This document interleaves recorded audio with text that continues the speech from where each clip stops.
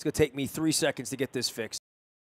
Talk show host out in America, even though he's from Cleveland. He has taken me under his wing and made me almost not hated in Cleveland from time to time. We welcome Mark Munch Bishop back onto the program. He is Munch Cleveland out there on Twitter, now at AM 1100. The iHeartRadio folks out there at WTAM on 8 different stations on the Munch on Sports Ohio Radio Network. That's a mouthful, Munch. I mean, I've been kissing your butt around here for 20 years. Don't expect me to say the Munch on Sports Ohio Radio Network. I mean, come on, man. Give me some acronym or something. Sports.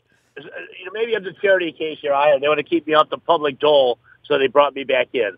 All right, well, I'm always happy to have you around here, and you're one of my buddies in confidence that burns up my text machine, on a weekend when the Orioles may be dealing Zach Britton your way, and obviously suffering through watching you guys in the postseason and the parade for the Cavaliers. At least we have Brown season to look forward to around here, but I'll say this, we're going to see the Royals this week, and we're seeing, what you guys have done in Cleveland and other teams out in the marketplace. I'm sure as a longtime baseball observer, you're wondering, much like everybody else, what the hell are the Orioles doing?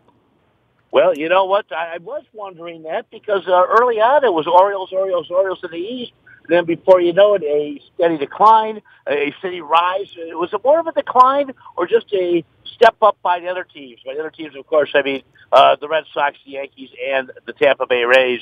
But, yeah, the Orioles have taken a couple steps backwards. And you know what, Nestor, again, nothing to do with being on this program. But if you give me those 4 teams, I'd like to see the Orioles come out of the East because they're one of the teams, except for the owner, you don't have animosity for the team and the players. Well, I would say this. When it comes to baseball pennant races, it's been fun to be in them the last couple of years. And I know you feel that way. You're an old-school baseball fan like me. You're from Cleveland. I'm from Baltimore. There's been a whole lot more suffering. You know what I mean? Like, if hitting 300 gets you to the Hall of Fame, right? I haven't had a 300 batting record here, especially not recently, with in the pennant race or not in the race. And that doesn't mean you win the World Series, and I know I let you come on here and beat us up last October when Buck Showalter let Zach Britton sit down at the end of the bench last year in Toronto in a one-game make-or-break game up there at Skydome. But, we have not had a lot of winning around here, and I would hear, well, we're really in the race, so we need to stay in because it's rarefied air and you don't get these kinds of opportunities, which Kansas City's saying right now because it looked like they were going to sell at one point. Tampa's saying that right now because it's been a little while. But the Orioles are not in this Munch, and the reason they stink, and they've stunk most of the year, is their pitching stinks. And I don't know that that's going to change. I don't know that Jeremy Hellickson's going to change that and trading for a shortstop. But there are a lot of teams in the way, and every single one of them is better than the Orioles, and I'm pretty confident of that. It's interesting, too, that you look at the Yankees, and this was something different. They are using their farm rather than buying. Like the Steinbrenner teams became very, very hated for that. They're doing it the old-fashioned way. They're saying, dang it, you know what? We have some good guys on the farm. We've got some top 10 prospects. Let's give up some of those to get the pieces we need. But I'm going to give shout-out to the Yankees, Nestor, because 3 guys they did not part with. A guy that came in from the Indians last year, Clint Frazier. Everyone wanted him. Everyone wanted Torres, the shortstop, and who is it? The center fielder, like Florial. And those were the 3 untouchables. They gave them just about everybody else. But you know what? There's no doubt they got stronger. And know what else they did? They pimped their main rivals, the Red Sox, because the Red Sox are trying to get the third baseman Frazier and one of those power arms out of the Sox. Sox are no dummies. I mean, right now, I saw their team this weekend, Nestor. It's a glorified men's beer league softball team, okay? But they held out for what they wanted. They told the Yankees, hey, do you want 2 of our relievers in Frazier? Give us this, and that's exactly what happened. Well, in the case of all of these deals and taking it at 50,000 feet, I haven't felt like there's a real favorite. I mean, I know some people have liked the Dodgers until Kershaw went down, and now they've got Darvish.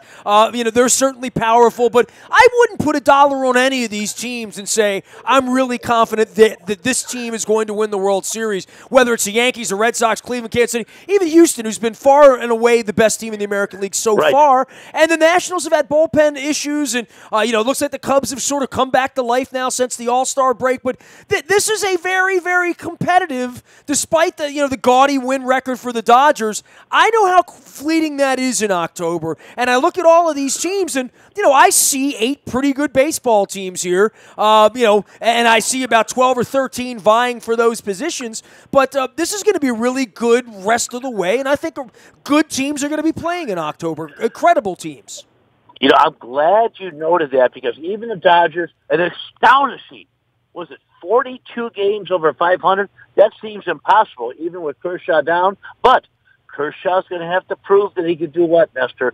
Pitch in the postseason. If not, it's for naught. You mentioned Washington's foibles, although a team that has some pop like they do and has Scherzer, never rule them out. But you know what? Then you look around that league and you're saying, wait a second, look at the Cubs. They were dead and buried. They actually tried to get even more players and get stronger with their pitching staff. But Quintana now looks like a world beater. They gave up a lot to get him. It's my old adage. This is next year. Do it now if you can. But even more so with the Cubs, Milwaukee faced no adversity or pressure most of the first half of the season. Then the Cubs came at them charging, and Milwaukee's folded like an accordion, my friend. And, since I'm from Cleveland, not just the rock and roll capital, but the polka capital of the world, I call it folding like an accordion. Whoa. Cleveland's the polka capital of the world? What? Oh, we got the Polka Hall of Fame here, too. Hold on, I'm Googling that right now, Munch. I mean, not that I don't trust you. I just need to know where the hell it is. In Euclid, Ohio, right off of 222nd. I'm going to call my wife in here right now because, we go to Cleveland once or twice a year, and my wife's Polish now, so, I have never heard of such a thing. Whoa. Mrs. Munch is Polish, too. No wonder we get along. Now, have you ever said to the missus, Dame Bougie? That means give me a kiss. Just a little bit of secret. I did not know. Okay, I'm learning. All right. Well, I know how to say the important things. Gołąbki, pierogi. You know what I'm saying? I know how to say. The Polka Hall of Fame is in Euclid, Ohio. Damn if it isn't. 222nd Street. Next time I'm out there, you and me are going to go to the Polka Hall of Fame. How about that? And brother, please, I got to hook up with you next time you come in. I want to hit you with this, too. About 6 weeks ago, and I love this little, what we have going on. We've been doing this for so long. I get to get you. You get me on your show. I get you on mine. There's a gentleman in KC, the name of Soren Petro. I know and Soren. We go back and forth, too. Around 6 weeks ago, he said, Bunch, you hear that? That's the cash register ringing. Fire sale for Kansas City. 5 free agents at the end of the year. No one is an untouchable. Just had Soren on last week. He said, here we come, Cleveland. It's going to be like the guys are looking at it in KC as a last hurrah. They're battle-tested. 3 years ago, they take the Giants to 7. 2 years ago, they win it all. Last year, the Indians edged them out. This is going to be a lot of fun. And Nestor, people are flipping out a little bit. Cleveland's got a horrific month of August, if you look at it schedule-wise. But you know what? You got to beat the good teams. I am looking forward to this. I'm going to treasure it. And the Indians and Royals still have 10 games left together this year. Yeah, what do you make of the Royals, Munch? They're in town here all week, so it's a good time to talk about it. By the way, Munch Bishop, one of our defending champions and friends, Munch Cleveland, the way to find him on Twitter and at iHeartRadio out there on the Munch on Sports Ohio Radio Network. I had to write that down. But Munch, with the Royals coming in here as hot as they are, I'm with you. I know we talked a couple months ago, and I talked to folks out in Kansas City because we played them out there. And it was, this is going to be the year of Moustakas, Hosmer, Kane. They're going to have their little late July sell-off, and lo and behold, there's no sell-off at all now. Long term, that's going to wind up costing them. I don't know that they're going to be able to keep these guys and what the market's going to be for them after the season. We have our own problems here with Machado and Britton and other question marks, and the Orioles have stayed in this race. But it's very, very impressive when the Kansas Cities and the Chicago Cubs, the teams that have already won, are still taking this very, very seriously to continue to win. Well, the bottom line is that you just hit it on the head. Free agents at the end of the year, 5 of the guys who are mainstays on this team, all of a sudden they started winning a couple of games, and they'd lose, win a couple, and the guys rally together. They pulled together. They know what it takes to win in baseball, and they're looking at it, which could make a team dangerous, especially with talent, as the last hurrah. And it's definitely their last hurrah. Most of these guys won't be around next year. We'll see what happens. Although, you think about it, if they make some noise in the postseason, how could you possibly get rid of all these guys as they're planning on doing? Are you happy with the Indians' haul prior to the trading deadline? Where, I mean, we look up Darvish is going to L.A. I mean, Sonny Gray is going to be in New York. And look, if you're in Cleveland and you think you're going to go to the World Series, you're going to wind up seeing Sonny Gray at some point on a maybe a sunny or a gray day in October. Depends on where you are in Cleveland in October. But you have to expect that these kinds of starters, when they're changing hands, you're going to see them. If you don't acquire them, you're going to have to beat them, right? And in the case of Cleveland, there have been other times they've gone more all in, I would say, and certainly in the off seasons to set these things up. Everybody was sort of jockeying, but the Zach Britton thing was so real. You were texting me on Monday morning about it for a minor league relief pitcher, an A-ball pitcher that's in the Indians organization. You know, some of these deals don't happen. They wind up being good or bad, but we wind up talking about them years later and say, what if, right? Oh, there's a lot of what ifs, and you can look at even the trades, Clint Frazier to the Yankees for Andrew Miller, which was a great trade. I'll tell you this: Bradley Zimmer is not in the organization. Good chance they don't make that trade. And Baltimore, I respect what they did with Britton. They did not get what they were offering, and so bang, they pulled it away. Nestor, here's something real important to think about too with the Indians. Danny Salazar changed the dynamic of the team and of their, what they wanted to do at the trading deadline. You think about it this way: Salazar, all-star pitcher last year before the break, did not pitch in the all-star game, and bang, he went south from that time on. He's just come back. I know it's just a couple of outings, but he says he's 110% healthy. The doctors have cleared that. Earlier this season, he told me he tried to pitch through some pain in the arm, man it up, and truly that hurt him along. So all of a sudden now, you have a guy who you haven't had since the All-Star break last year in Danny Salazar. That's an addition. Michael Brantley didn't play at all last year. He comes back this year. That's an addition. We know about Encarnacion. And then the young center fielder who's got star written all over him. He can hit. He can run. He can hit for power. He can throw. He's 5-tool. Bradley Zimmer comes up. They made some moves, and don't be fooled either about the Joe Smith deal. Is Brian Shaw has not pitched good baseball since the All-Star break, overused or whatever. You can't put him in pressure situations anymore. Joe Smith deal was done to alleviate that. So I'm totally happy.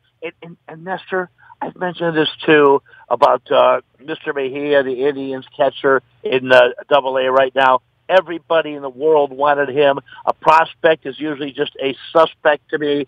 This is a guy, when I have scouts telling me that he's a unicorn.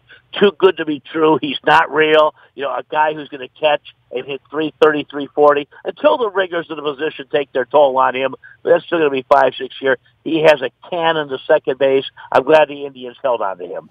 Munch Bishop joining us here, the voice of Cleveland sports at and oh, how I hate Ohio now, 38-plus years running. Munch Cleveland is the way to find him out on Twitter and on the Munch on Sports Ohio Radio Network as well. All right, Munch, the rage around here, I was out in Paris last week and scouting London for the Ravens game and took a little downtime. I read the Peter Principles to everybody here in Baltimore so they could learn about the history of Peter Angelos, and I worked on my good Peter Angelos voice. But through all of this, I thought we were okay with Joe Flacco and John Urschel and the Ravens, and I was going to come back to sort of the Purple Happy Valley here, and we were going to play our game against the Redskins next week, and life would be good. You come back, Urschel leaves for CTE, then you got Flacco with back pain, and the next thing you know, I'm on a stage on Sunday night, Munch, with Roger Goodell 15 feet to my right, Steve Bisciotti 10 feet to my left, and season ticket holders asking about Colin Kaepernick. Things come at you fast in the modern era now, don't they? They certainly do. And, I got to tell you something about Kaepernick. And I've got you by a couple of years, but you know what? What this is turning out to be, and Nestor, my family proudly serves in the military. My godson is 38 in a major in the Army. My youngest son's 17. In fact, I'll be able to come see you more often, is headed to the Naval Academy after one more year of college. I have two uncles I never met who were killed in World War II. Their names are on the Peace Monument downtown Cleveland. My dad was a Marine. But you know what? Similar to Tommy Smith and John Carlos in 1968 is in this great, great country, we allow people dissent. However, Kaepernick did cross the line when he wore socks with pigs on them, okay? And we don't, that to me was a big, big deal. But the dissent is there, and there's no doubt in my mind he's being blacklisted. In fact, I thought for sure Baltimore was going to sign him because here's Harbaugh building him up all last Thursday. Now on Friday, they turn around and hopefully they think they're getting an ex-Kurt Warner, the guy that played in the minor arena league and also played for the Iowa Barnstormers at one time. It's puzzling to me, my friend, puzzling.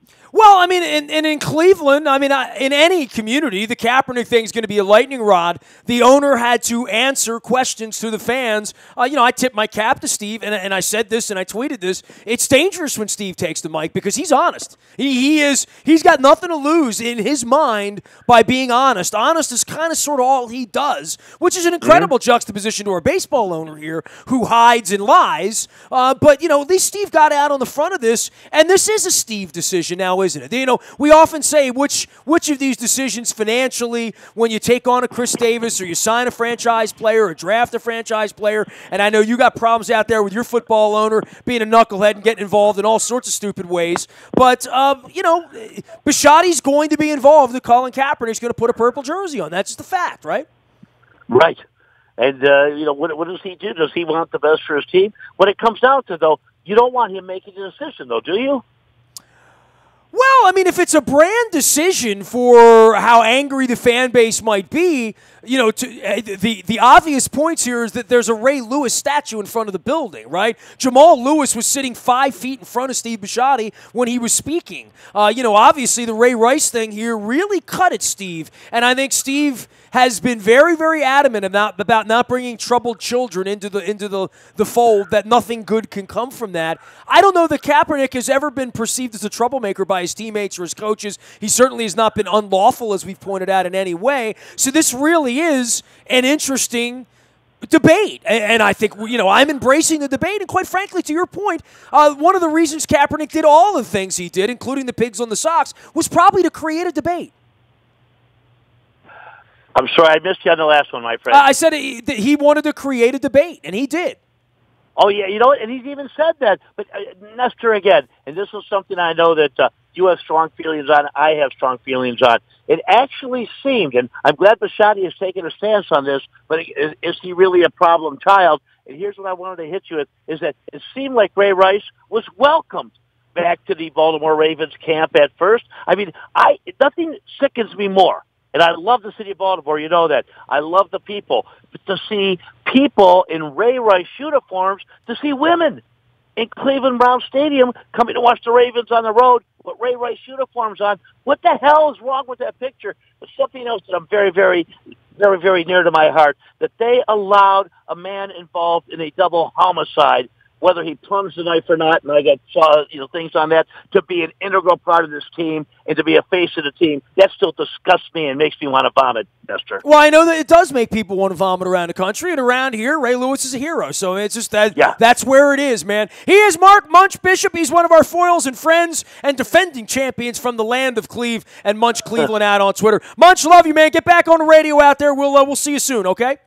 Thank you, my brother. The Munch on Sports Ohio radio network now, where you can find Munch Bishop, but the best place to find him is Munch Cleveland on Twitter. Big baseball fan. Great to talk some baseball with my friend Munch. You can find me nasty at WNST.net. I'm on Facebook, Twitter, LinkedIn, Snapchat, Instagram, streaming live on our Facebook as well as our YouTube WNSTV channel. I am Nestor. We are WNST.net, AM 1570, and WNST Tassel, Baltimore, and we never stop talking Baltimore sports.